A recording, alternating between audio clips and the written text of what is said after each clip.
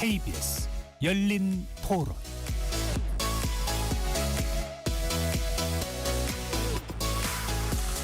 안녕하십니까. KBS 열린 토론 배종찬입니다. 어제 진행된 에이펙 한미 정상회담 직후 양국의 최대 쟁점이었던 관세 협상이 극적으로 타결됐습니다. 핵심은 3,500억 달러인데요. 우리 돈 500조 원 규모의 대미 투자입니다. 정부는 연간 200억 달러 상한이라는 안전장치를 마련해 시장 충격을 최소화했다고 밝혔습니다. 합의문에는 시장 불안 시 납입 시기 조정장치, 원리금 보장 원칙, 그리고 수익 5대5 배분과 미상환시 조정 기능 같은 안전판도 담겼는데요. 과연 이번 협상 우리 경제에 득일까요? 실일까요? 정부가 마련했던 안전장치는 과연 튼튼한 것일까요?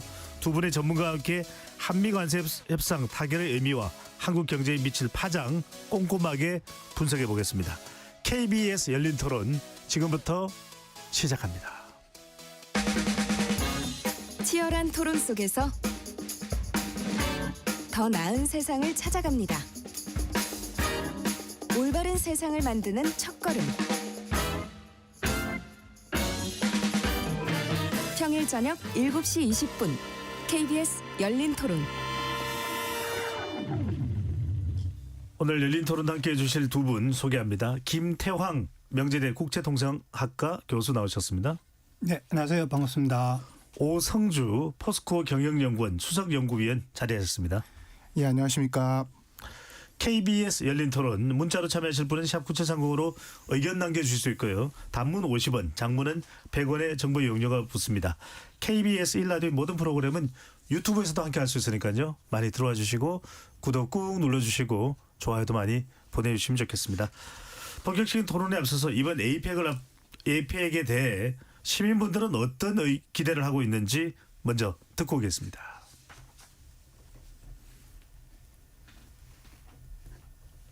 네, 자 잠깐 뒤에 시민들의 의견 들어보도록 하고요. 자 먼저 전문가분들의 분석부터 먼저 들어보겠습니다. 자, 이 한미 정상회담이 진행되기 전만 하더라도 타결이 힘들 것이다 이렇게 이야기 하시는 분들이 많았는데, 자, 네 시민 의견 준비가 됐군요. 자 시민분들은 어떤 생각을 가지고 있는지 먼저 듣고 오겠습니다. 우리나라 뭐 외교나 뭐 경제 뭐 이런 거 특히 정치도 많이 걸려 있겠지만, 예를 들어서 에이펙에 가장 지금 국민들의 관심이나 모든 게 미국과 협상 아니겠습니까? 관세 협상 그게 가장 중요한 거고, 또는 무슨 뭐 동북아 뭐 우리나라 관련돼 있기 때문에 안보 문제 그런 게일 텐데, 한 번 더 생각하고 한 번 더 깊이 국민을 생각하고 해서 좋은 결과가 있기를 바라겠습니다. 경제가 조금 풀리면 좋겠다. 우선은 국제 정세가 현재 좀 불안정한 것 같아서 그거부터 안정이 좀 필요할 것 같다. 그리고 이제 중국이나 미국이랑 저희랑 정리가 안 된 부분들이 너무 많아서 조금 방향을 빨리 잡았으면 좋겠다. 여러모로 미국이랑 중국이랑 이렇게 잘 얘기를 해서 조금 더 우리나라가 안정이 되면 좋겠다. 그래서 저는 한국이 잘 됐으면 좋겠어요. 경제가 너무 어려운데 걱정인데 잘 됐으면 좋겠어요. 이번에 경주 에이펙을 통해서 한국이 좀 더 많이 선진국이 진짜 선진국이라는 걸 알려서 세계인이 많이 찾는 대한민국, 그리고 또 K컬처가 제대로 인정받는 그런 계기가 됐으면 좋겠습니다. 시민분들의 의견은 어떻게 들으셨는지요? 바로 연결되지 않았는데 이 점 양해 말씀 부탁드리겠습니다. 자, 양해 말씀 전달드립니다. 전격적으로 이 진행이 됐습니다. 타결이 됐고요. 또 정상회담 직후 저녁에 김영범 정책실장과 위성락 안보실장이 발표를 했는데 참 기대하지 못했는데 타결이 됐다는 소식이 전해졌습니다. 먼저 김태환 교수께서는 어떻게 평가를 하시는지요? 그동안 피말리는 그런 협상이 진행되어 와서 타결 소식이 안겨진 것은 반가운 일입니다. 타결되었다는 것 자체보다도 무슨 내용이 타결되었는지 합의되었는지가 더 중요한 부분이죠. 일본이나 EU에 비해서 우리나라가 2달 정도 더 시간을 끌어서 그에 따르는 이익을 충분히 국익을 확보했느냐라는 부분에 대해서 논란의 여지가 있겠습니다만, 그 불확실성이 해소되었다는 측면에서는 환영할 만한 일이고요. 또 타결된 내용을 또 하나하나 분석해 볼 필요는 있다고 보여집니다. 네. 총평이니까요. 오성주 연구위원께서는요. 예, 저는 이제 앞선 그 시민들의 이제 인터뷰에서도 이제 많이 얘기가 나왔듯이 지금 그 한국 경제를 걱정하는 분들이 너무 많았습니다. 그래서 이게 지난한 협상을 가정해서 이제 저희가 일본이나 EU하고는 달리 이제 팽팽한 이제 줄다리기 하면서 서로 양보 없는 그 디테일 속에 있는 악마를 제거하면서 어려운 협상을 이어갔는데요. 이게 시간이 계속 지나가면 지나갈수록 사실은 양국이 모두 손해인 측면이 있었습니다. 그러나 이제 이번 그 에이펙이라는 큰 이벤트를 계기로 물론 이제 트럼프 대통령의 성과 챙기기 측면도 있어 보이지만 그거는 뭐 트럼프 대통령의 입장이고요. 우리는 이러한 그 관세라는 불확실성을 전격 합의를 통해서 해소했다라는 거에 일단은 좀 의미를 부여하고 싶습니다. 그리고 저희가 지금 이제 또 한 가지 이번 협상으로 이제 우리가 기존의 어떤 자유주의 무역이라는 걸 통해서 뭐 실제로는 쉽지는 않았지만 나름 손쉽게 우리가 자본재나 이제 원자재를 이제 중국으로부터 수입을 해서 이걸 가공 부가가치를 높인 뒤 미국이라는 시장에 무관세로 쉽게 수출하던 시대가 사실은 끝나가면서 우리의 중요한 성장 엔진 하나가 꺼져가고 있었던 거거든요. 그래서 이번 관세 협상으로 이 시기를 조금 더 벌어간 측면이 있습니다. 그래서 이 시간, 이 기회를 잘 활용해서 물론 협상 자체에서의 뭐 미흡한 부분이나 아쉬움은 있겠지만 우리가 그 시간을 더 활용해서 빨리 우리 새로운 성장 엔진을 찾는 이게 더 중요하다는 측면에서는 의미가 크다고 할 수 있겠습니다. 네. 오영구 위원 말씀 중요한 것이 우리의 경쟁력은 관세 협상이 타결됐다는 것만으로 무한정 확보되는 것은 아니기 때문에 그 경쟁력만큼은 더더욱 살려가야 된다는 말씀을 강조해 주셨는데 하나하나 차근차근 짚어볼 겁니다. 항목별로. 근데 그 전에 먼저 이번에 이제 이 또 연이어 전해지는 소식은 도널드 트럼프 미국 대통령이 이재명 대통령이 한미 정상회담 모두 발언에서 요청을 했던 핵추진 잠수함 건조를 승인했다. 이런 소식이 전해졌습니다. 미국 필리 조선소에서 만들 수 있고 대체로 전홍축 우라늄으로 작동되는 원자력으로 작동되는 잠수함이 될 것이고 안규부의 국방장관의 발언까지 이어진 내용을 보면 2030년대 중반에 우리가 4대 정도의 이 핵추진 잠수함을 계획하고 있는데 인도받게 될 수 있을 것이다라는 이야기가 나옵니다. 자, 이 핵추진 잠수함이 협상의 지렛대로 작동됐다는 분석도 나오는데 이 점은 김 교수님 어떻게 보시는지요?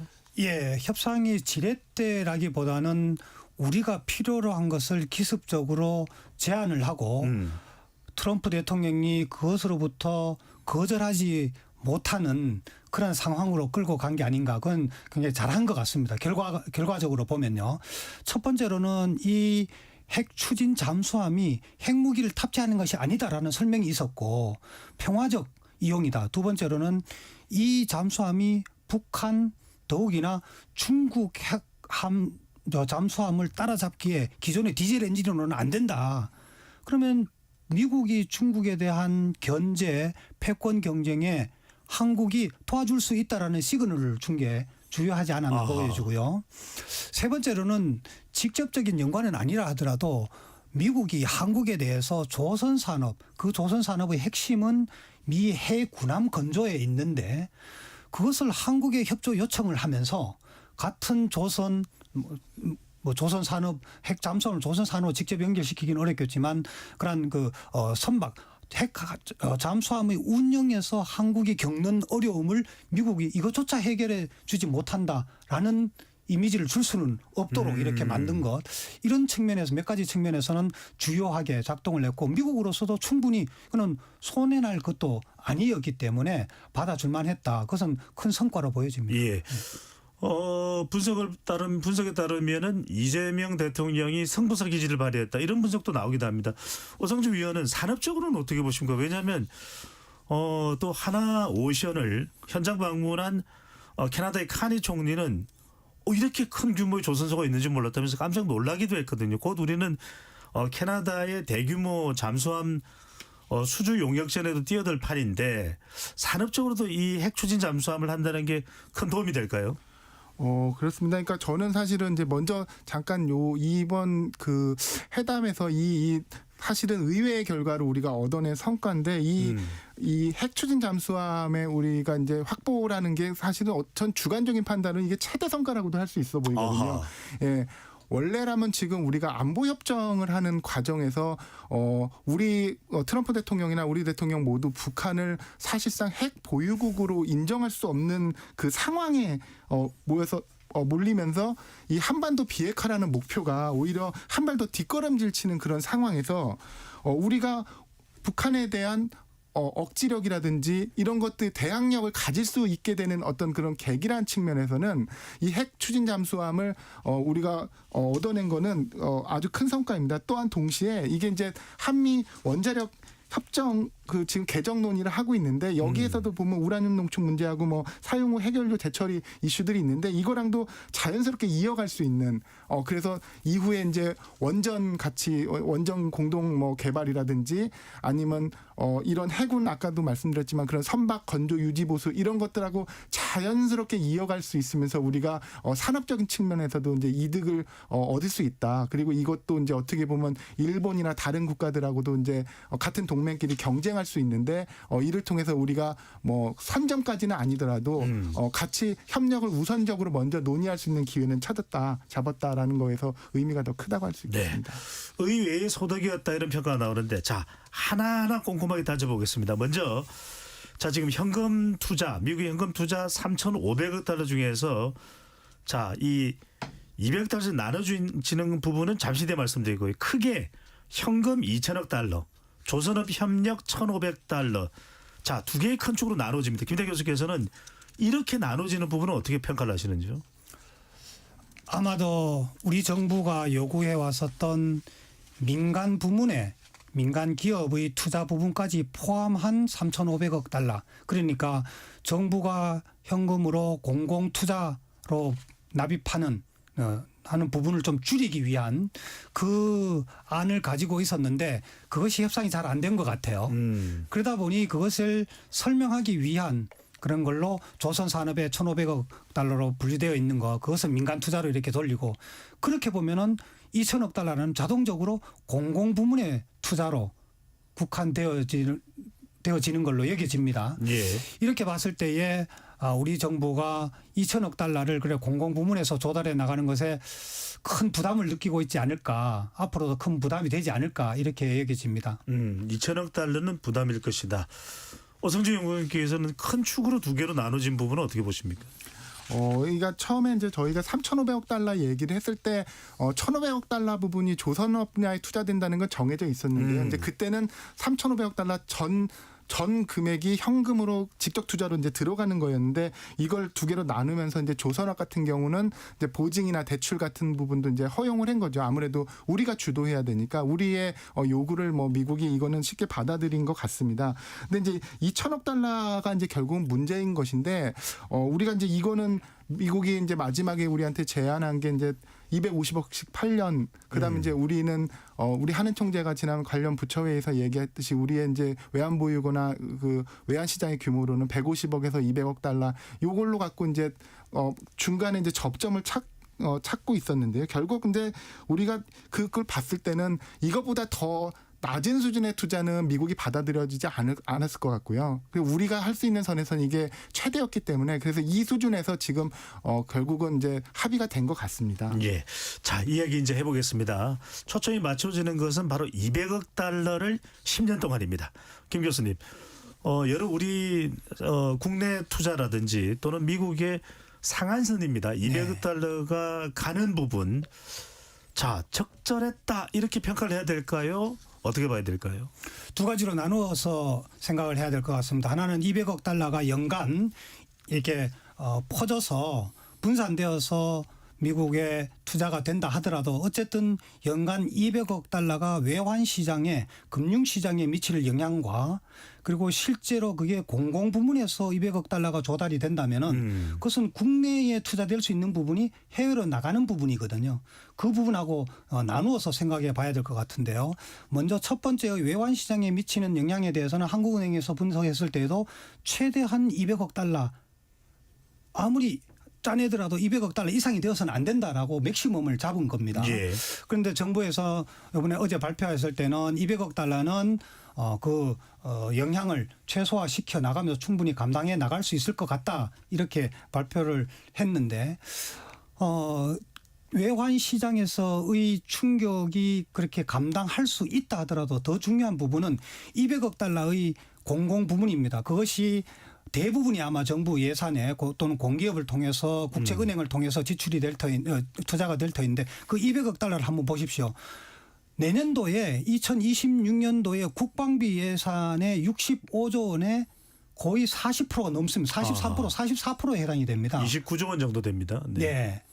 내년도 R&D에 지금 이재명 정부에 들어와서 국가 연구 개발 투자를 늘려야 된다고 하고 AI 투자를 늘린다고 하는데 연구 개발 투자 예산의 80%에 해당이 됩니다. 35조에 80% 이상이 된 부분입니다. 이게 국내 투자가 아니라 한 국가의 해외로 나간다. 그러면은 국내에 투자될 수 있는 부분이 구축 효과로 해서 빠져나가는 부분이 된단 말이죠. 그것을 우리 국민들이 충분히 납득할 수 있을 건가라는 것에 대해 더욱이나 더 중요한 부분은 200억 달러라 하더라도 이게 당초에 정부가 부담할 수 있는 것이 3,500억 달러의 5 내지 10%라고 얘기를 했었거든요. 예. 그거에 비해서 지금의 200억 달러 때문에 2천억 달러라고 보게 되면 이거는 57%에 해당이 됩니다. 55% 이상이 돼요. 57%가 되는데 거의 10배가 증가한 거죠. 이 부분을 두어서 이번 협상에서 잘 이루어진 협상이라고 협상 결과라고 볼 수 있을 건가라는 예. 부분에 대해서 조금 더 생각해 볼 여지가 있다. 아쉬움이 있다. 이렇게 얘기해 줍니다. 알겠습니다.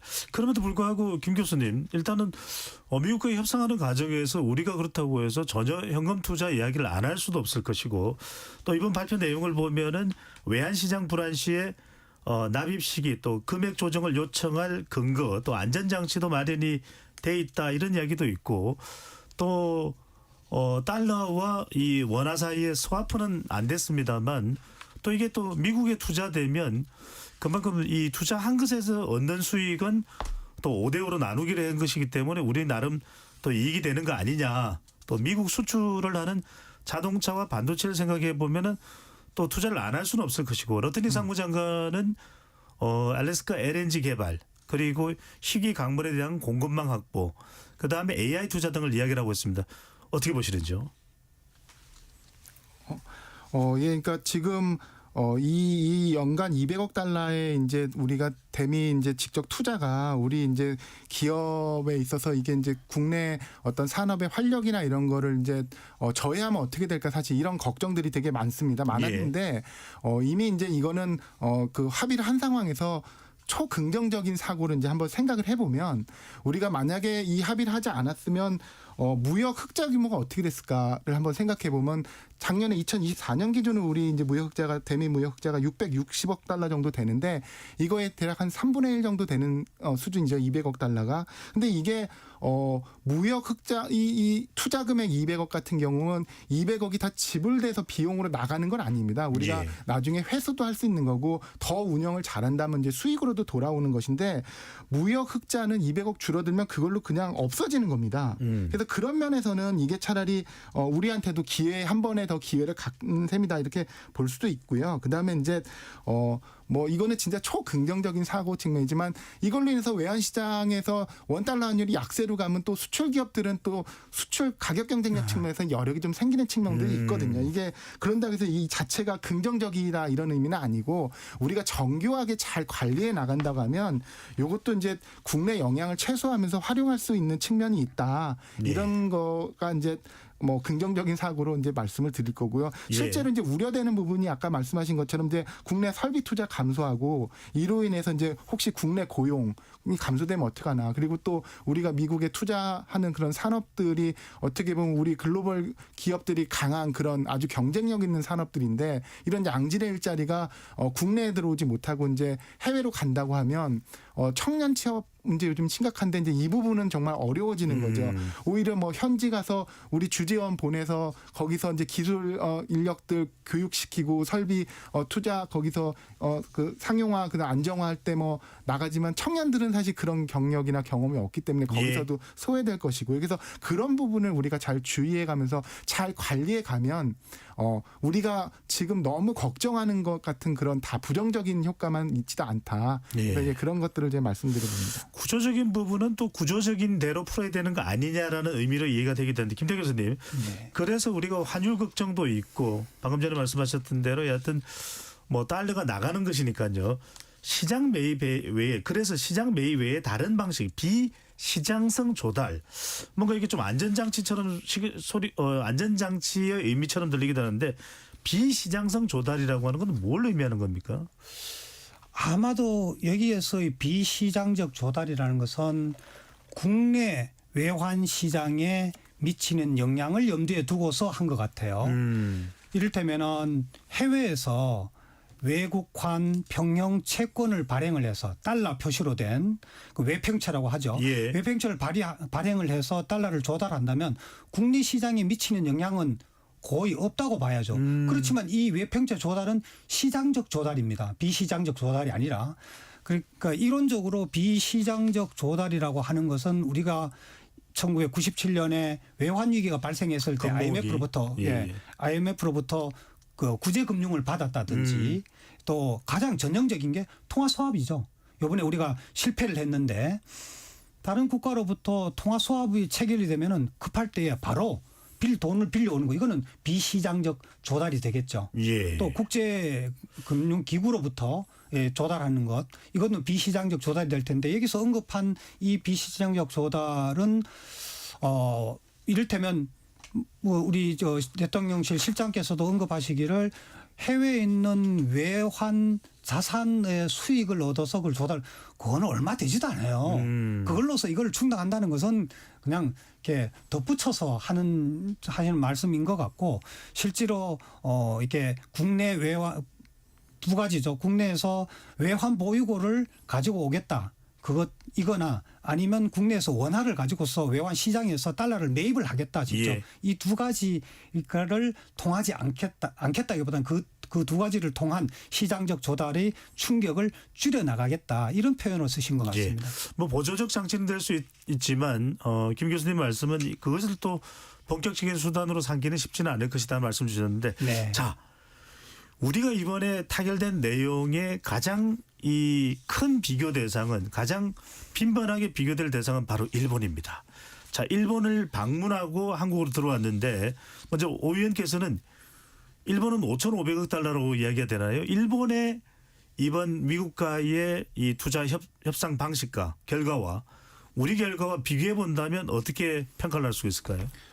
먼저 이제 일본의 협상 과정을 보면 이제 일본은 이른바 통큰 합의를 했죠. 이와 마찬가지로 이제 미국 정부가 요구한 5,500억 달러를 이제 직접 투자를 하면서 대신에 그 관세 품목 관세 부분에 대해서 뭐 이것저것 재고 따지지 않고 일괄 다 최저 그 상호 관세 수준으로 이제 내리는 그 수준으로 이제 합의를 했는데 일본과 우리 경제를 산업 구조 측면에서 보면 이제 비슷하다고 많이 보지만 실제로 경제 구조는 다릅니다. 그러니까 우리가 수출 비중이 일본보다 훨씬 높고요. 일본은 이제 내수 비중도 크지만 그 외환 보유고가 사실상 이제 기축 통화국이기 때문에 그러니까 외환 위기가 사실 오지 않습니다. 그러니까 일본 같은 경우는 이제 우리랑 다른 점이 일본은 전 세계로부터 많은 무역 흑자를 걷어서 일본 국내 달러가 쌓이면 그것 자체도 사실은 좋지 않거든요. 그러니까 국내 자산 버블이 일어나고 그리고 엔화가 강세로 돌아서서 수출하는 데 어려움이 있고요.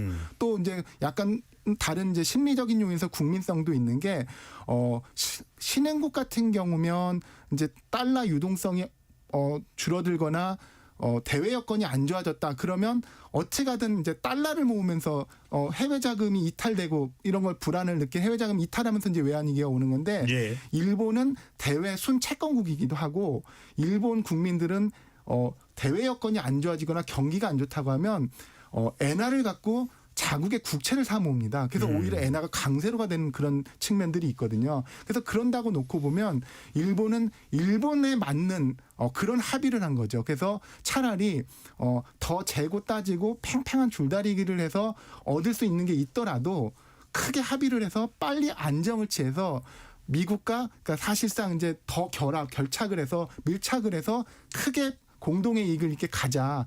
이게 사실 이제 일본식 방식이었고 예.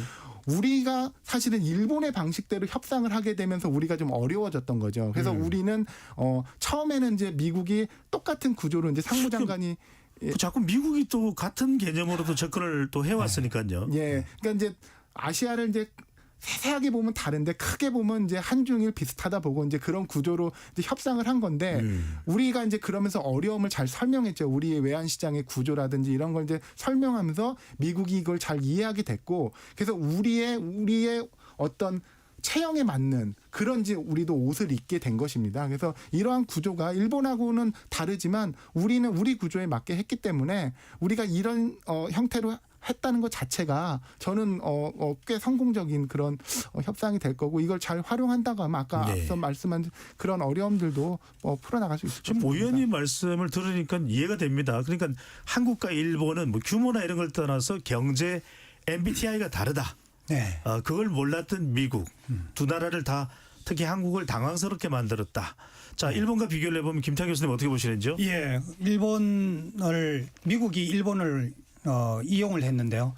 저는 이 부분이 일본과의 비교해서 우리 오 의원님 말씀하신 게 부분적으로 동감하는 부분도 있지만 저는 좀 다른 평가를 내릴 수 있습니다.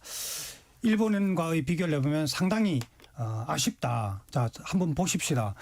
일본의 총액 면에서 일본의 경제 규모가 한국의 2.3배이고 외환 보유고가 3배에 달하고 있고 일본은 미국과 영구적인 무제한 통화 수합을 체결하고 있는 네. 국가이고 이 국가의 5,500억 달러를 체결한 것에 비해서 한국이 3,500억 달러 규모를 한번 보자고요. 그거는 한국이 부담이 크죠. 자, 그러면 한국이 이 절대 규모에서 일본보다 상대적으로 높게 됐다면 일본보다 좀 더 나은 유리한 조건으로 협상이 되었어야 되는데 그 협상 내용이 그러한가라는 것에 대해서 우리 정부는 일본 방식을 따라갈 수 없다. EU 방식을 택하는 게 좋겠다라고 설득을 했는데 그게 성공하지를 못했어요. 그런데 예. 미국이 일본을 이용했다는 것은 두 가지 측면입니다. 하나는 미국과 일본과 미국이 체결한 MOU 문건을 보면요. 어디든지 현금 투자를 얼마나 한다는 내용이 없습니다. 거기 부속 문서에 있는데 그건 공개되지 않은 거여서 알 수가 없어요. 두 번째로는 일본이 그 공공부문에서 민간 부문 공공부문에서 어떻게 배분을 하겠다라는 얘기가 그 MOU 문서에 없습니다. 그런데 미국은 한국에다가 일본이 90% 100% 현금 투자를 하기로 했다. 일본 정부가 하기로 했다. 이걸 계속 세뇌를 시켰어요. 일본이 선불을 했다가는 일본의 MOU 문건 안에는 선불이라는 업프론트라는 용어가 전혀 없습니다. 현금 투자했다는 이쿼티라는 표현도 전혀 없습니다. 그럼에도 불구하고 미국이 그걸 가지고서 한국을 몰아간 거예요. 한국이 거기에 속된 말로 낚인 겁니다. 그런데 우리가 체결한 부분에 있어서 전체 액이 그렇죠. 그다음에 현금 비중이 우리가 3,500억 달러에 아까 말씀드린 것처럼 2천억 달러라면 57%인데 일본보다 잘한 건가? 모르겠어요. 우리 정부가 처음에 7월 30일에 합의한 그 합의 내용에는 5에서 10%로 염두에 뒀었는데 그게 10배나 증가했는데 이게 잘한 건가? 일본보다. 그다음에 수익 분배 구조를 보면 일본 꼴 그대로 따라갔습니다. 5,500억이 됐든 3,500억이 됐든 거기에 한 푼도 투자를 안 하는 매칭 펀드로 한 푼도 투자를 하지 않는 미국은 원금 회수 기간 동안에 그 수익률 50%를 가져가요. 예. 그런데 그 수익이라는 것은 최근 순수익이잖아요. 그 인건비다 SPV 법인 운영 비용 다 떼고 인건비 다 떼고 비용 다 떼고 난 순수익을 가지고서 배분을 하는데 그 순수익에 자본을 투자를 1달러도 안 한 미국이 50%를 가져가는 구조를 일본이 체결했단 말이죠. 그것을 한국이 그대로 받았어요. 일본보다 나아진 게 없는 거죠. 거기에 상업적 합리성이라고 얘기하는 것은 인베스트먼트 커미티에서 투자위원회에서 결정하는 그 위원장이 러트닉이 만약에 한국의 상업적 합리성을 고려해달라고 강하게 요구를 했어요. 그럼 러트닉 장관이 그래 그거 고려하지라고 받아들여서 그걸 가지고 트럼프 대통령이 이 사업 합시다 몇 개의 안을 줬는데 트럼프 대통령이 그걸 내서 정하면 뒤집을 수 있나요? 알겠습니다. 네. 자, 이렇게 하여튼 문제점을 이제 김 교수님 지적하셨는데 오 위원님께서는 어떻게 보시는지요? 그러니까 지금 그 구조를 놓고 이제 계속 이제 논의를 하는 거는 우리가 지금 이제 아까도 제가 말씀드렸듯이 이제 저는 우리가 이제 기존에 우리가 6, 70년대부터 그 산업 근대화에서 계속 발전해 올 수 있었던 그런 동력에는 미국이 그러니까 자유주의 무역을 통해서 시장을 아시아에 있는 그게 물론 이제 그 이념적인 문제도 있었죠. 그때 이제 미소 간의 이제 냉전 시대에 예. 동아시아에 있는 그 시장 경제 민주주의 국가들을 지키기 위해서는 저 나라들을 부강하게 만들어서 스스로 방어할 수 있는 그런 어떤 체력을 키워줘야 된다는 목적에서 시장을 그냥 열어준 겁니다. 그래서 우리가 과거에 뭐 그런 기억들 있지 않습니까? 우리 물량 만들어서 덤핑 친다. 신문이나 뉴스에 보면 오늘 덤핑을 쳐서 그거에 대한 벌과금 얼마 맞았다 하는 식으로 얘기를 하는데 가격이나. 네. 예. 근데 저는 이제 아주 어렸을 때 덤핑이 치는 건가 뭐 이런 기억을 갖고 살았는데 이게 전 세계 모든 나라에게 허용해 줬던 건 아니거든요. 그 다른 예로서 이제 중남미 같은 경우는 중남미 국가들은 미국이 가깝기 때문에 이념적인 문제로 인해서 우리가 저 나라들을 통제해야 될다라고 할 때 이런 경제적인 지원보다는 직접 개입을 통해서 오히려 억눌러 버렸거든요. 예. 그런 면에서는 우리가 이제 수혜를 얻었던 건데 이제 트럼프 대통령의 개인 신념이기도 한데 80년대부터 그 얘기 해주지 않습니까? 그래서 계속 동맹들을 우리가 부강하게 해줬으면 이제 저 동맹들이 스스로 국방도 담당하면서 우리하고 트럼프 대통령의 용어로 공정거래, 공정무역을 해서 상호 호혜적인 이익을 만들어야 되지 않냐.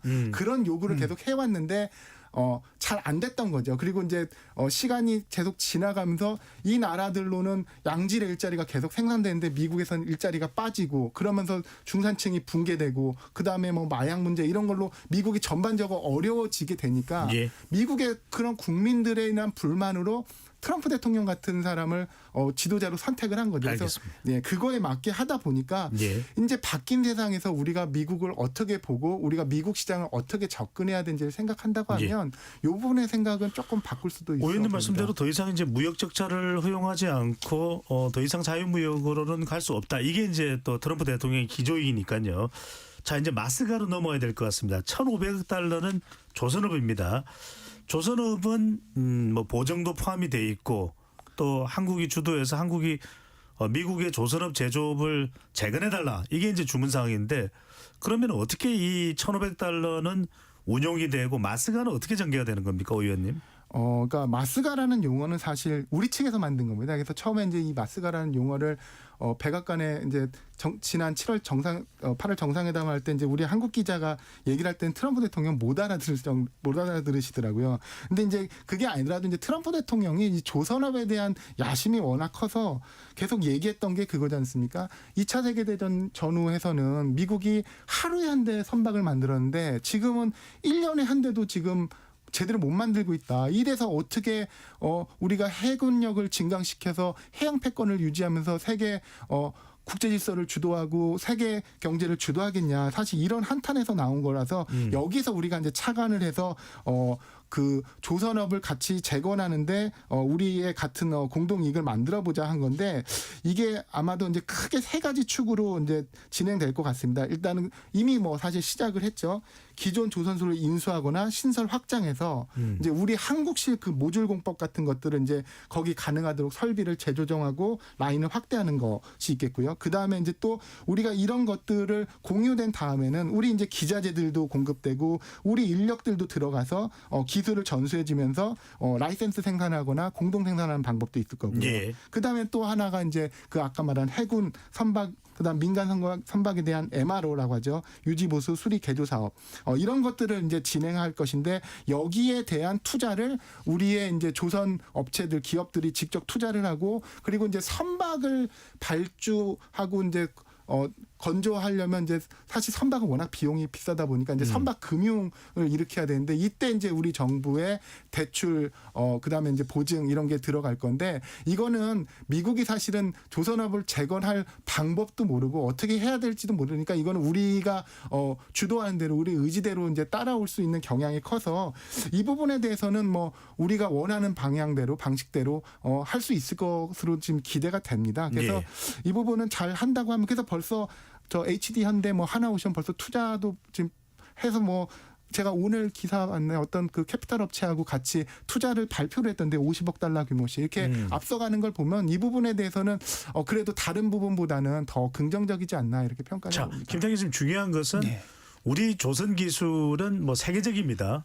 세계 정상을 다툴 정도고 규모로 보면은 전 세계 조선업을 장악하고 있는 것은 중국인데 중국을 견제하기 위해서 이제 우리와 주도적으로 접촉을 하고 그다음에 이제 부수적으로는 일본과도 접촉을 하는데 자 1,500억 달러의 조선업 마스가를 통해서 우리 조선업이나 우리 경제가 얻는 이익은 뭡니까?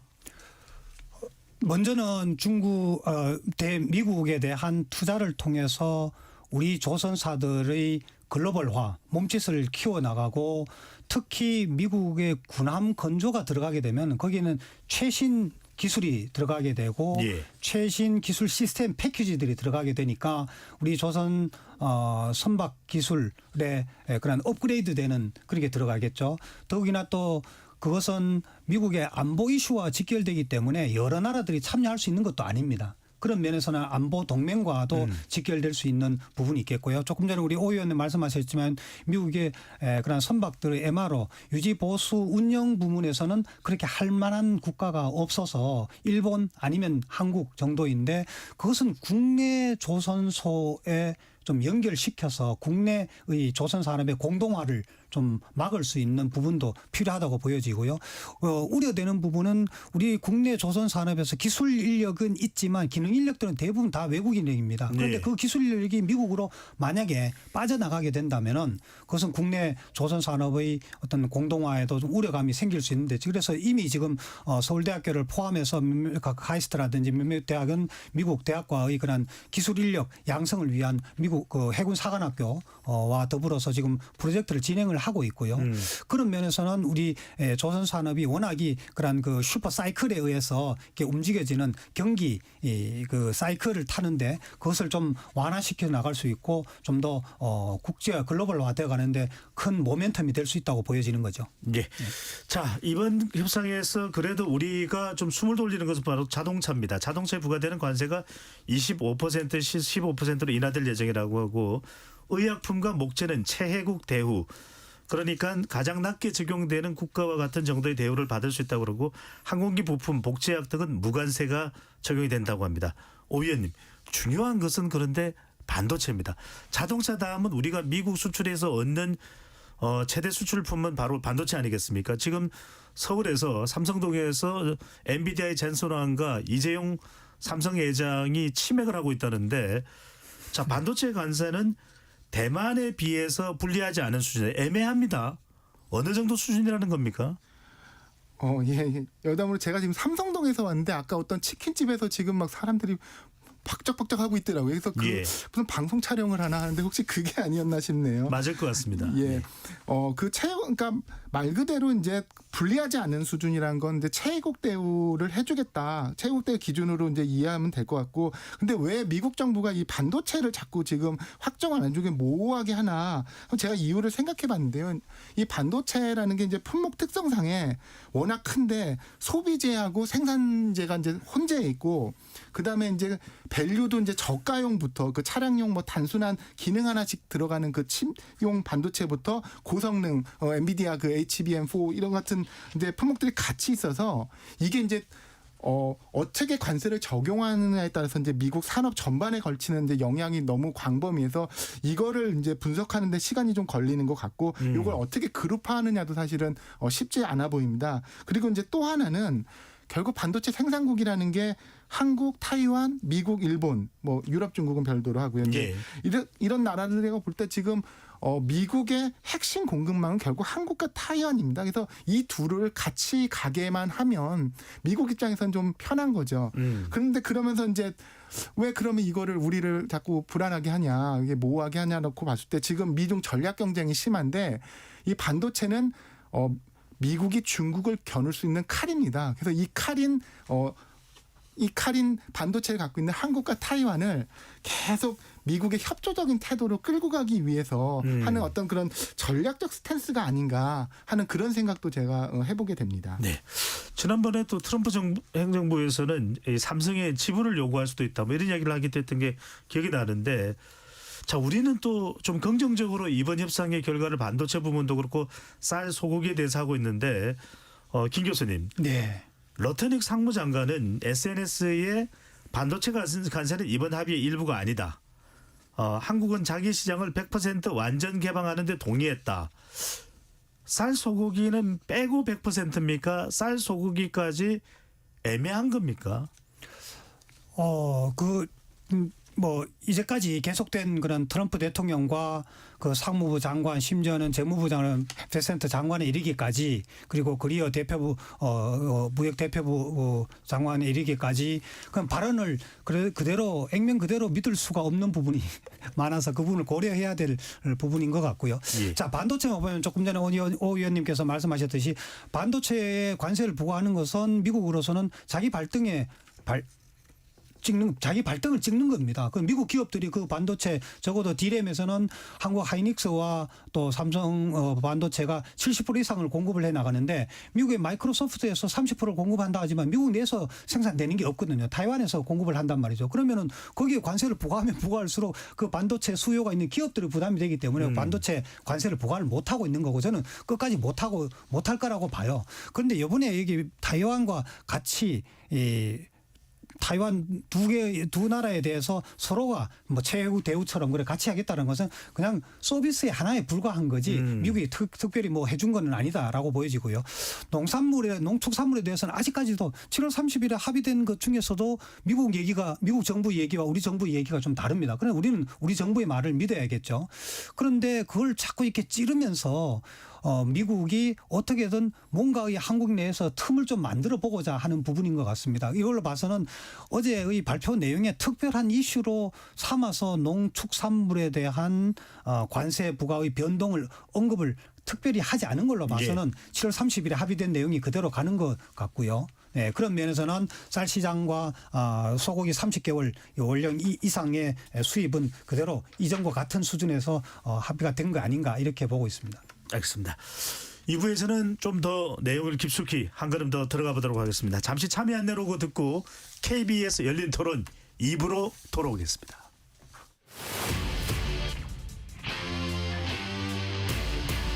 토론에 정답은 없습니다. 토론이 세상을 바꿀 수도 없습니다. 하지만 질문은 새로운 세상을 만들 수 있습니다. 질문으로 올바른 세상을 만드는 첫걸음 KBS 열린 토론.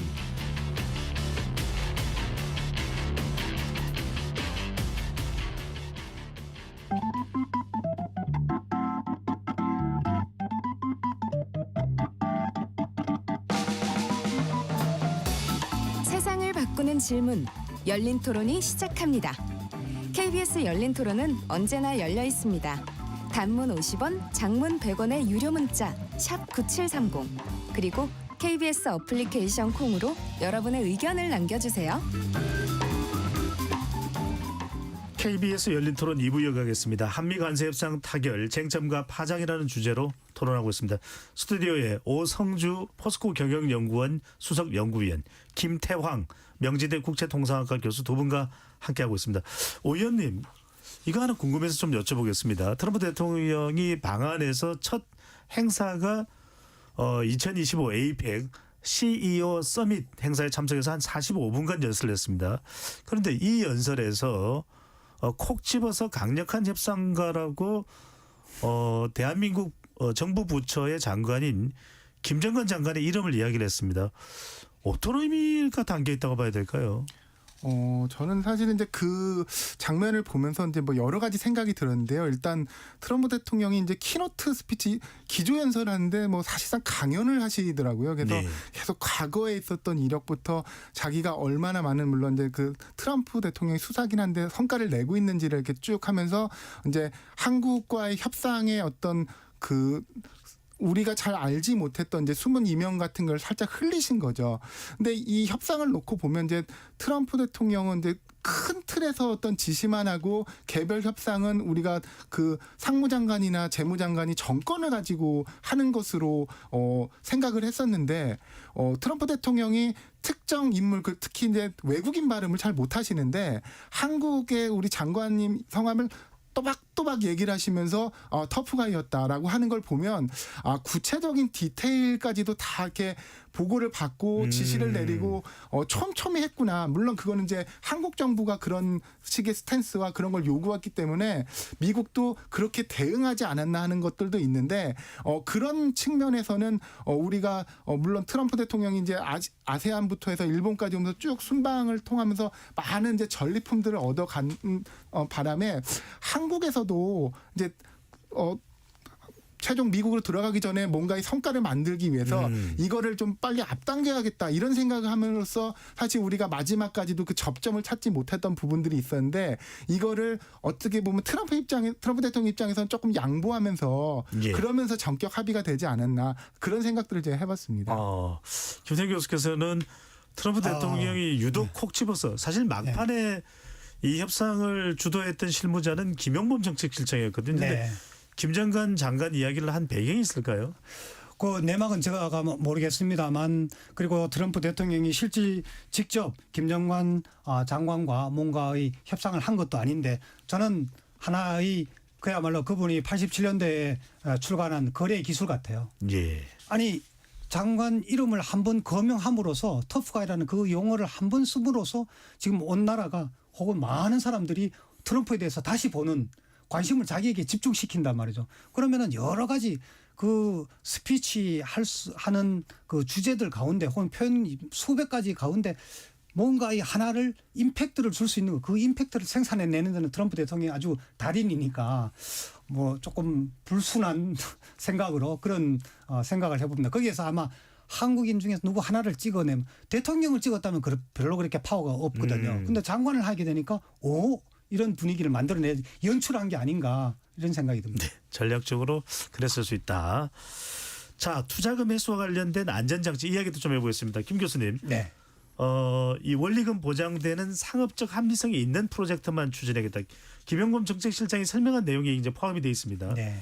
원리금 상환 전에 수익은 5대5로 배분한다. 자, MOU에 명시한다로 되어 있습니다. 뭐 어떤 네. 법에 무슨 자유무역 법에 뭐 이렇게 명시한다가 아니라 실효성이 있을까요? 객관적으로 보면 한번 보십시오. 정부가 한국 정부와 미국 정부가 공동으로 투자해서 하는 사업이 경제적 타당성이 없는 사업에 하면 안 되죠. 상업적 합리성이 아예 전제가 되어야 되는 겁니다. 그런데 거기에 상업적 합리성을 부과를 해서 마치 안전장치로 했었다라는 것은 저는 큰 설득력이 없다고 보여지고요. 일본과의 MOU에도 그대로 명시가 되어 있습니다. 조항에 AB 2개 조항이 있는데 그 AB 2개 조항에 5대5로 분배를 한다. 그 이후에는 1대 9로 한다라는 게 명시가 되어 있는데 예. 이것도 아까 잠깐 말씀드렸다시피 이것은 투자 수익이잖아요. 자본 투자를 해서 그 자본 투자에 대한 대가로서 수익을 가져가는 건데 그것도 원금 회수가 되기 전까지 원금 회수가 되는 과정에서 그 순수익을 자본을 1달러도 투자하지 않는 미국이 50%를 가져간다라는 것에 일본이 어떻게 합의를 했을까 의아하고 또 일본을 그거를 가지고서 한국을 압력을 가해서 한국도 거기에 서명하도록 받아들이도록 하는 게 이거는 경제학적으로는 참 받아들이기 어려운 부분입니다. 네. 김 교수님이 말씀하시면 많은 사람들은 트럼프 대통령 자체를 받아들이기도 쉽지 않다 뭐 이렇게 이야기를 하고 있어서 그 이야기를 하자면 뭐 한도 끝도 없을 것 같고요. 오 의원께는 이렇게 여쭤보겠습니다. 보통 우리가 거래를 하고 계약을 하게 되면 이 분쟁 해결 절차라는 게 있지 않습니까?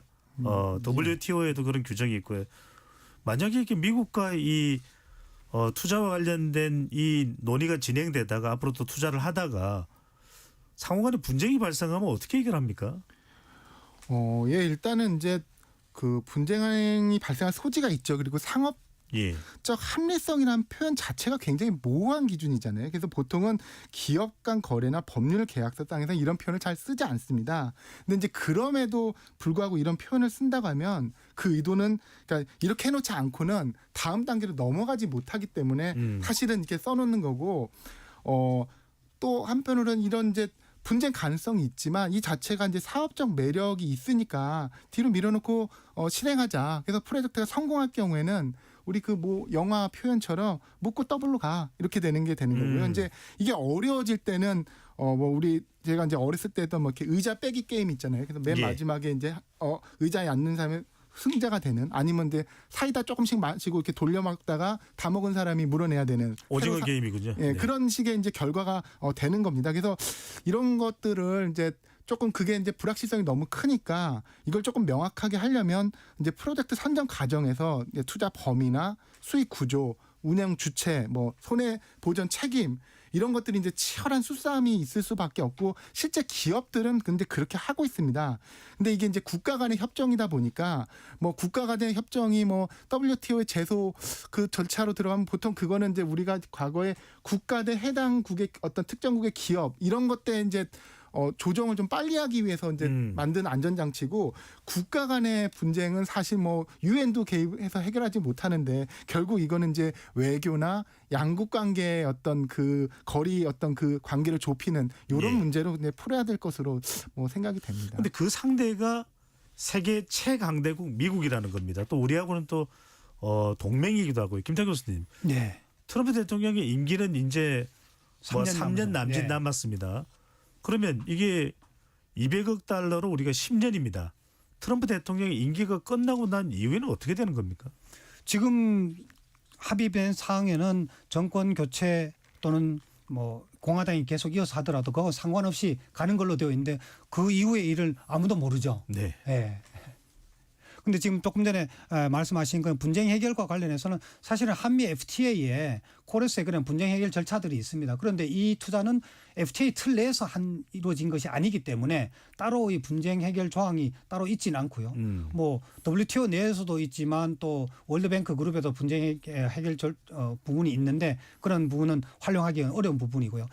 다만 이게 앞으로의 그런 협상해야 될 디테일한 부분이 많이 남아 있습니다. 예. 사실은 아쉬운 점은 한 가지만 예를 들면 정말 우리가 진지하게 협상을 해서 해 나갔더라면 원금 상환 기한을 이를테면은 사업 선정에서 거기 투자위원회 인베스트먼트 커미티라는 투자위원회에서 사업을 선정할 때 추천할 때에 거기에 원금 회수 기간이 5년 이내로 한다든지 10년 이내로 한다든지 이런 것이 있어야 되는 거죠. 예.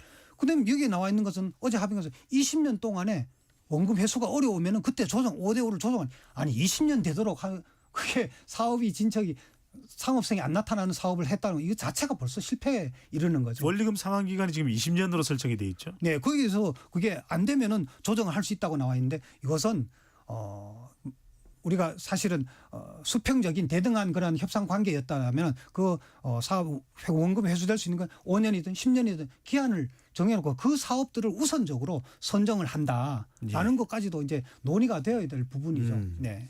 그래서 이 부분은 어떻게 합니까? 오성주 위원도 이런 여러 국제 무역의 상황들을 보셨을 텐데 워낙 이 미국의 관세 협상이 이른바 법은 아니지만 트럼프법이라는 이야기를 많이 합니다. 그래서 트럼프라는 존재감이 약해졌을 때나 또는 임기가 끝날 때 지금 다시 한 번 더 재집권할 수는 없거든요. 미국 연방법을 보더라도 어떻게 될지는 모르겠습니다만 그러면 이게 임기가 지나고 난 이후에는 어떻게 되는 겁니까? 뭐 혹자는 뭐 트럼프 대통령이 다음 대선에서는 부통령으로 출마해서 뭐 대통령을 사임하면 그 대통령이 사임하면 뭐 다시 된다 뭐 이런 뭐 음모론 같은 또 무시무시한 얘기도 나옵니다만 이제 그런 게 없다고 할 때 만약에 이제 트럼프 대통령은 은퇴하시더라도 이제 이른바 마가 키즈 그런 예. 마가를 추종하는 이제 트럼프의 후계자가 나온다고 하면 이제 똑같은 상황이 되는데요.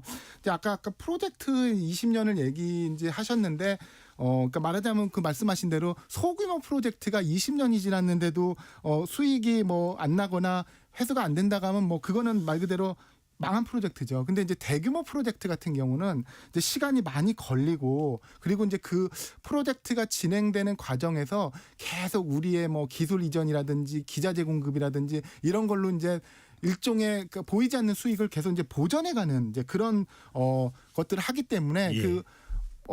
뭐 최종 20년까지 간다고 하면 이제 그 조정되는 상황은 아마도 글로벌 경기라든지 그러면 그 양국 중에 어느 한국의 특별한 사정이라든지 이런 게 있어서 이거를 계속 하다가는 결국 이게 뭐 사실은 구속력이 없는 MOU지 않습니까? 이게 파기되는 지경까지 이제 가는 경우가 될 것입니다. 아마 그래서 그런 거에 대한 이제 안전장치인 거고요. 이제 그 과정에서 이제 만약에 이제 지금의 저런 어떤 미국의 흐름이 계속 간다고 하면 그 중간중간 과정에서 대외 여건이나 이런 게 바뀌면서 우리가 조금씩 조정해가면서 우리가 이게 유리한 입지를 조금 확대해가는 그런 상황을 우리가 만들어내야 될 것입니다. 네. 추가적으로 우리가 협상의 이 키를 잡을 수 있으면 다행인데 자, 이 부분도 오 위원께 계속 여쭤봅니다. 왜냐하면요.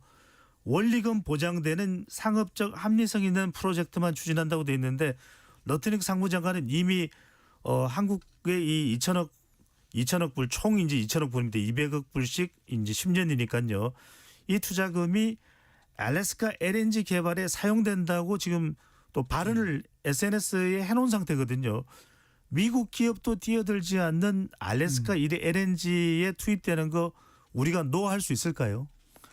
이미 뭐 알래스카 LNG 사업은 여러 번 이제 언급이 돼서 우리 기업들 뭐 그리고 일본, 타이완 기업들도 이제 많이 검토를 하고 있는데 이제 문제는 그 인프라 투자에 대한 비용이 너무 많이 들다 보니까 그걸 통해서 이제 그 프로젝트를 잘 성공해서 그 가스나 그 저기를 에너지를 잘 끌고 올 수 있더라도 그 이제 가격이 너무 높아진다는 거죠. 근데 이제 그거에 대해서는 원래는 이제 미국이 인프라 프로젝트는 이제 직접 그 뭐 우리 일반적으로 말하는 PPP나 이제 이런 것들도 잘 안 하고 직접 하는 경향들이 있었습니다. 시간이 오래 걸리고 뭐 이러다 보니까 근데 이 프로젝트가 사실 굉장히 긴 프로젝트가 될 거거든요. 그 미국 같은 경우는 인프라 투자하려고 하면 그 환경 평가라든지 이런 것들 때문에 사실 시간이 많이 걸립니다. 그러니까 그러는 과정에서 또 기술 혁신이 일어날 수 있고요. 또 다른 환경이 바뀔 수 있고요. 하면서 우리가 그러니까 수익성이 낼 수 있는 그다음에 이제 에너지 안보 측면에서도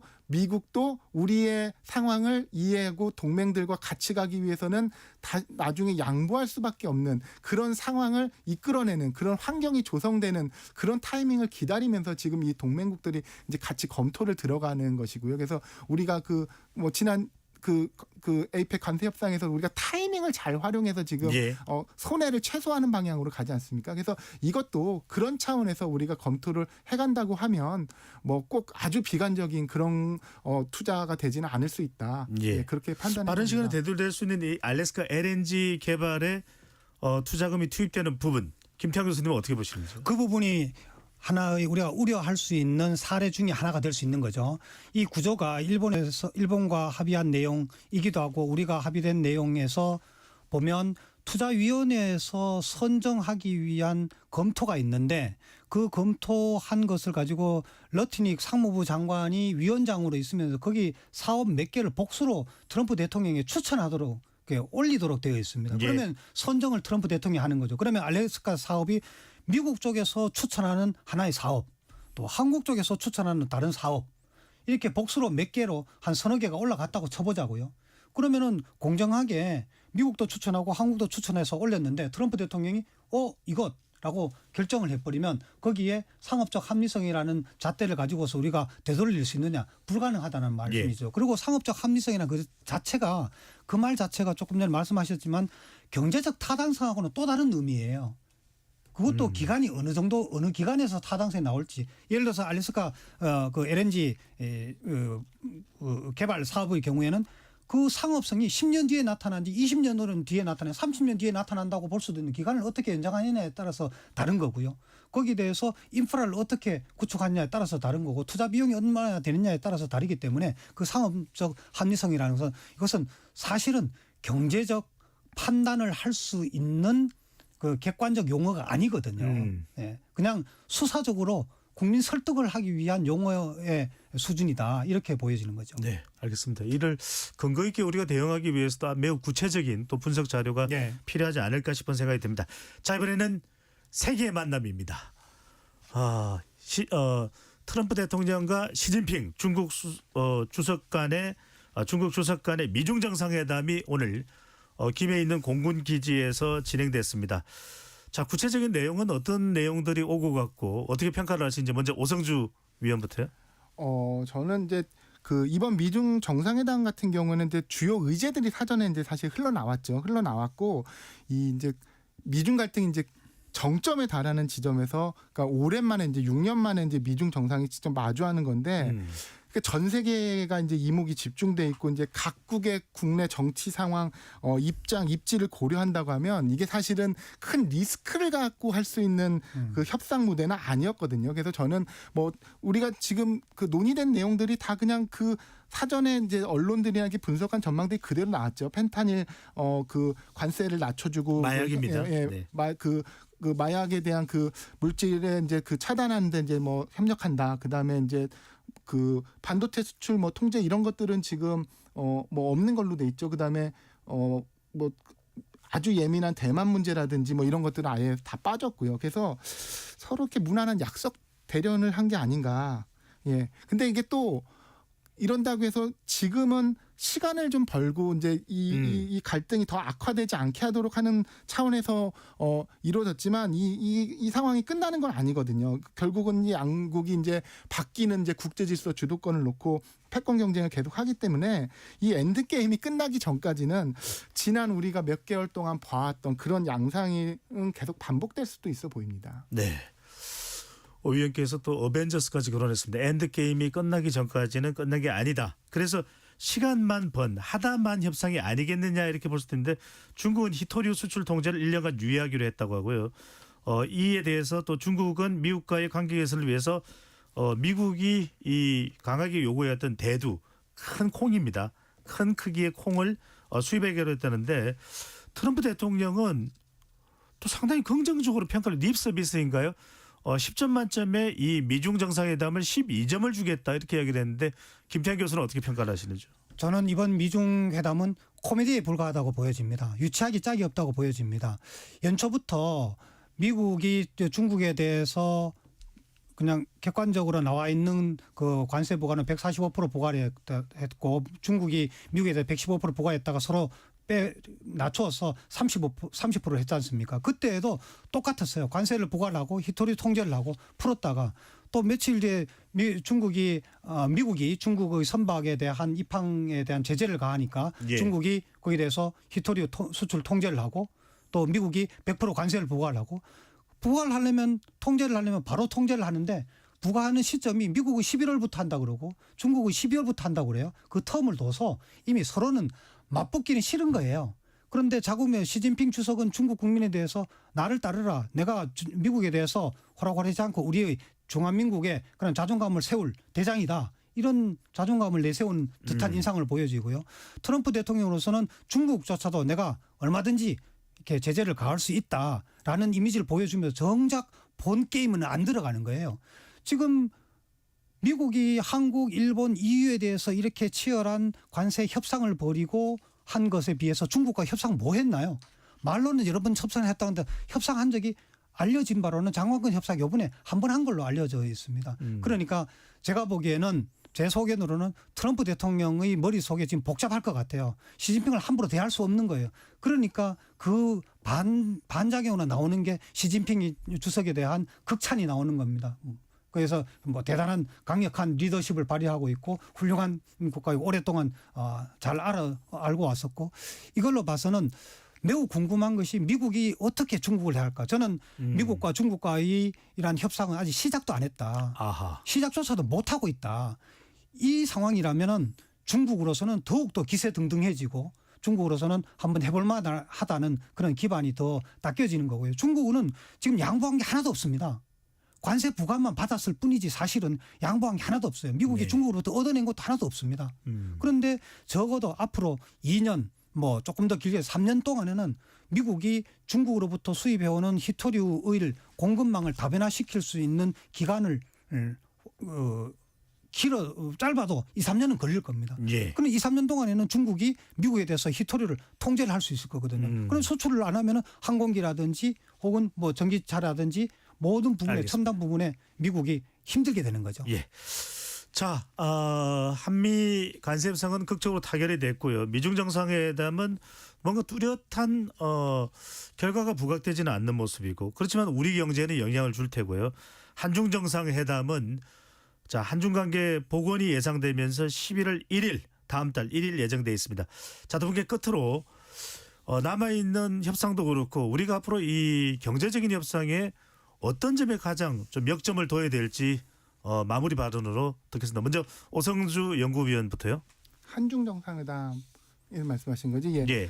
한중 정상회담은 저희가 이제 오랜만에 이제 두 정상이 만나는 자리라서 이제 그 양국 간 이제 협력 확대 뭐 이런 이제 분위기가 조성될 거로 보이고요. 지금 저희가 이제 뜻밖의 수확을 한 그 핵 추진 잠수함 때문에 이게 이제 중국을 자극하면 어떡하나 이제 이런 걱정도 있었는데 다행히 중국이 지금 입장을 냈죠. 그리고 이제 그 입장의 그 수위를 보면 뭐 굉장히 이제 무난한 수위를 얘기했죠. 이제 한국이 핵 확산을 하지 않는데 그런 어떤 같이 그런 동조하기를 그런 걸 이제 희망한다라고 하면서 이런 분위기를 중국이 훼손하지 않으려는 이런 노력의 제스처로 저는 읽었고요. 그래서 그렇다고 하면 이제 우리 정부가 오랫동안 이제 이른바 이제 중국이 취해온 한한령 그 한한령이라는 게 보면 이게 이제 외교적 오해를 제때 그리고 충분히 풀지 못해서 우리가 너무 오래 이걸 지금 사실 겪어오고 있는 건데 이게 이제 해소되는 그런 계기가 됐으면 하고요. 또 이제 최근에는 물론 이제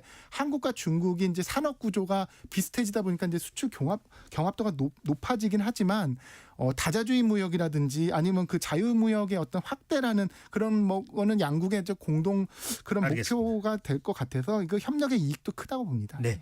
여러 가지 뭐 정치적 이슈도 있습니다. 한한령도 말씀하셨고 한국 내에서의 또 현중 정서, 중국 모비자와 관련된 정치권의 공방도 있는데 경제적으로 한중 정상회담에서 집중적으로 논의될 내용은 뭐가 될까요? 한 1분 정도 시간이 됩니다. 네, 이번에 확실히 매듭을 지어야 될 부분은 지난 10년간 거의 10년간 이어져 온 그런 한령 이거는 문화적인 측면만 아니라 경제적인 측면에 끼친 영향이 컸기 때문에 이거를 깔끔하게 해소해야 될 부분이 있다고 보여지고 두 번째로는 한중 FTA가 2015년부터 있어 왔는데 그 한중 FTA의 서비스 부문과 투자 부문이 지금 빠져 있습니다. 거기에 따른 업그레이드 시키는 작업을 이번에 선언이라도 하고 이후에 실무적인 협력을 해야 되는데 중국이 이제까지 소극적이었어요. 그래서 이번에 한중 정상회담에서 우리 대통령께서 그것을 좀 더 적극적으로 좀 추진해 나갈 수 있도록 이끌었으면 좋겠습니다. 네. 경주 에이펙도 KBS와 함께해 주시면 좋을 것 같습니다. KBS 열린 토론 이것으로 모두 마무리하겠습니다. 오늘 함께해 주신 김태왕 명지대 국제통상학과 교수, 오성주 포스코 경영연구원 수석연구위원 두 분 말씀 고맙습니다. 네, 감사합니다. 감사합니다. 지금까지 KBS 열린 토론 배종찬이었습니다.